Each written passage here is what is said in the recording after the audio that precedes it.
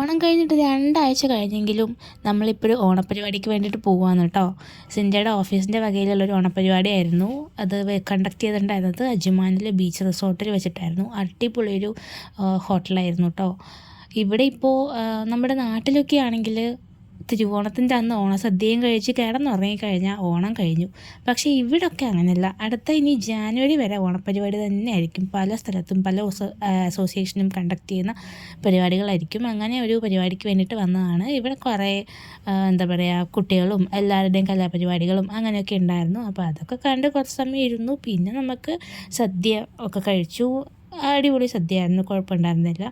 സദ്യയൊക്കെ കഴിച്ചിട്ട് റിസോർട്ട് ഒരു രക്ഷയുണ്ടായിരുന്നില്ല, അടിപൊളിയായിരുന്നു. അതിൻ്റെ പുറത്തൊക്കെ ബീച്ചും പിന്നെ കുറേ വ്യൂവും കാര്യങ്ങളൊക്കെ ആയിട്ട് ഞങ്ങൾ സദ്യയൊക്കെ കഴിച്ചതിന് ശേഷം കുറച്ച് ഫോട്ടോസൊക്കെ എടുക്കാൻ വേണ്ടിയിട്ട് പോകാമെന്ന് കരുതിയിട്ട് പുറത്തേക്ക് ഇറങ്ങി. അപ്പോൾ ഭയങ്കര വെയിലായിരുന്നു കേട്ടോ ഉച്ചയ്ക്ക്. അങ്ങനെ കുറച്ച് ഫോട്ടോസൊക്കെ എടുത്തു. കണ്ടോ, നല്ല പൂളും കാര്യങ്ങളും ഒക്കെ ആയിട്ട് അടിപൊളി ഒരു വൈബായിരുന്നു. അങ്ങനെ ഫോട്ടോസൊക്കെ എടുത്തിട്ട് മെട്രോ കയറി നേരെ തിരിച്ച് റൂമിലേക്ക് പോയി. അപ്പോൾ അത്രയേ ഉള്ളൂ, ബായ്.